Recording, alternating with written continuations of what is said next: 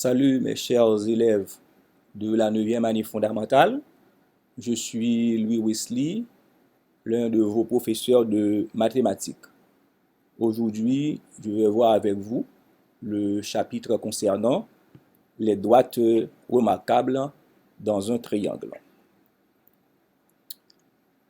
Alors, comme objectif général, nous allons définir et construire des droites remarquables dans un triangle, démontrer que les droites remarquables dans un triangle sont concurrentes. D'une manière spécifique, nous allons définir et construire une hauteur d'un triangle et démontrer que les trois hauteurs d'un triangle sont concurrentes.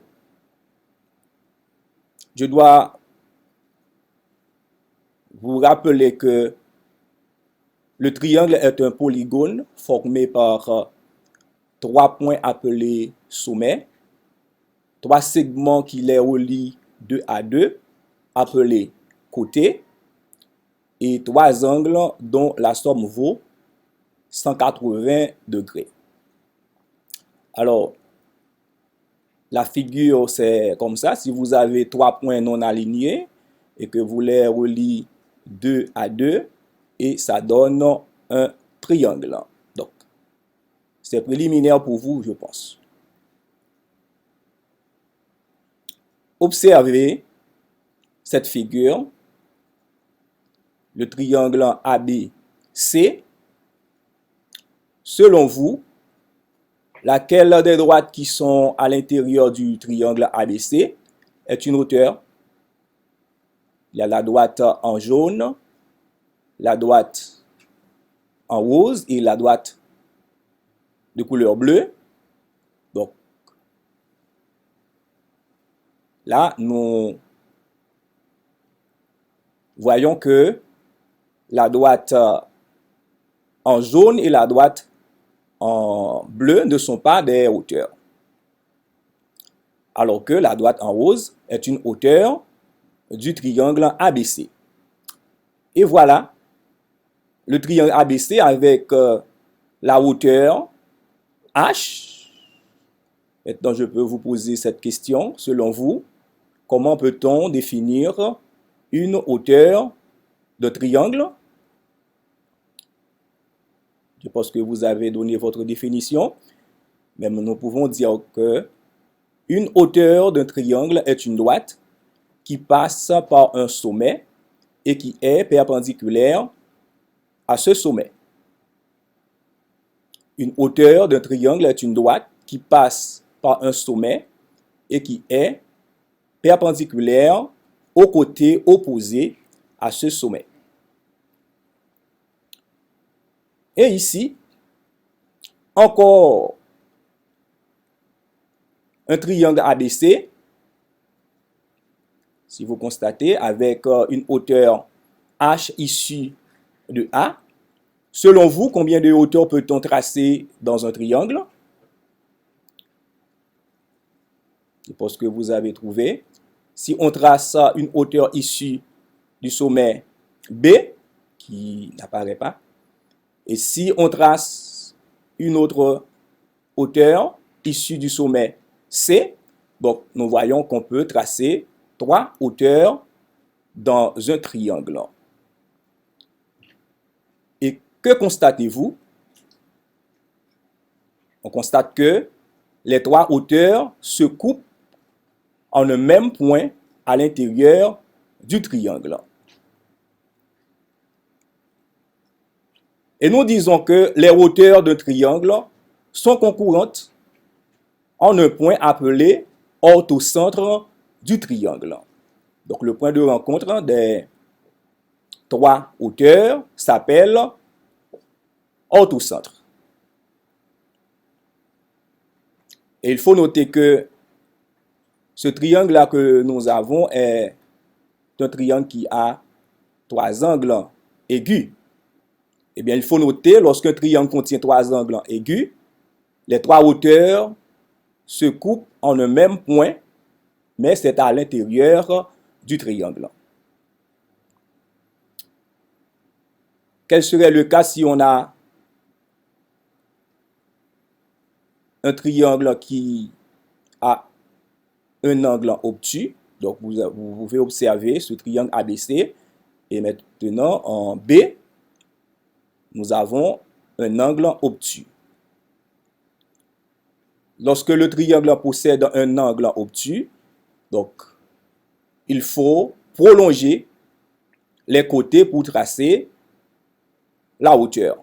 Par exemple, ici, si on veut tracer la hauteur issue de A, on prolonge le côté BC et on trace la droite perpendiculaire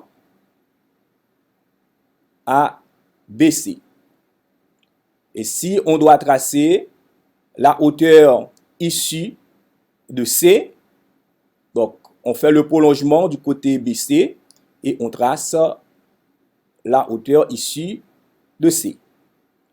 Et de même, s'il faut tracer la hauteur issue de B, donc là, on voit comment que ça se passe.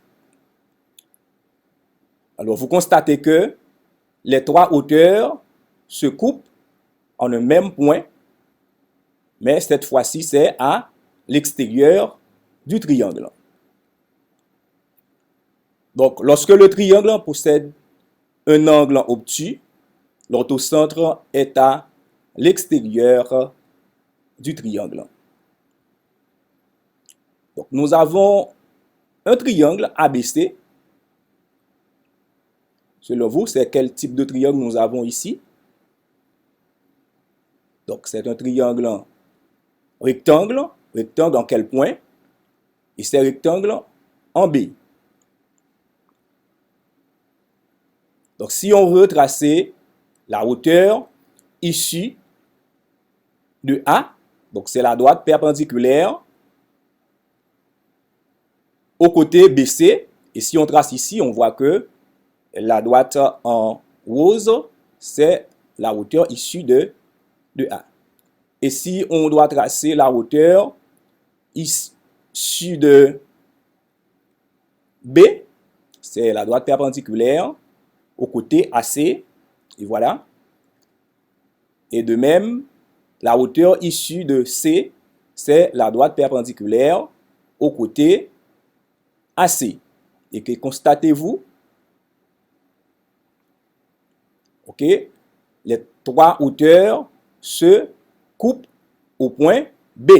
Et nous disons que dans un triangle rectangle, le sommet de l'angle droit est l'orthocentre du triangle.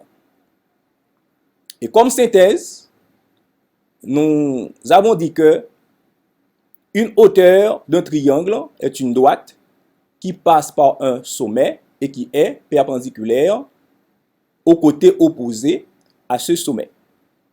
Nous avons dit aussi que les hauteurs d'un triangle sont concurrentes en un point appelé orthocentre du triangle. Et lorsqu'un triangle contient trois angles aigus, l'orthocentre est à l'extérieur du triangle. Et lorsque le triangle possède un angle obtus, l'orthocentre est à l'intérieur du triangle. Et finalement, dans un triangle en rectangle, le sommet de l'angle droit est l'orthocentre du triangle. Je pense que là, vous êtes prêts pour une petite évaluation de la séance. Vous allez compléter avec nous. Premièrement, dans un triangle rectangle, l'orthocentre se trouve aux mêmes positions que le sommet de. Deuxième question, la droite qui passe par un sommet d'un triangle et qui est perpendiculaire au côté opposé à ce sommet s'appelle, vous complétez ça, le point de rencontre des trois hauteurs d'un triangle s'appelle, et quatrièmement, l'orthocentre d'un triangle qui possède un il faut compléter, est placé à l'intérieur du triangle. Et cinquième question, l'orthocentre est à l'intérieur de tout triangle qui possède 3. Et là, vous complétez.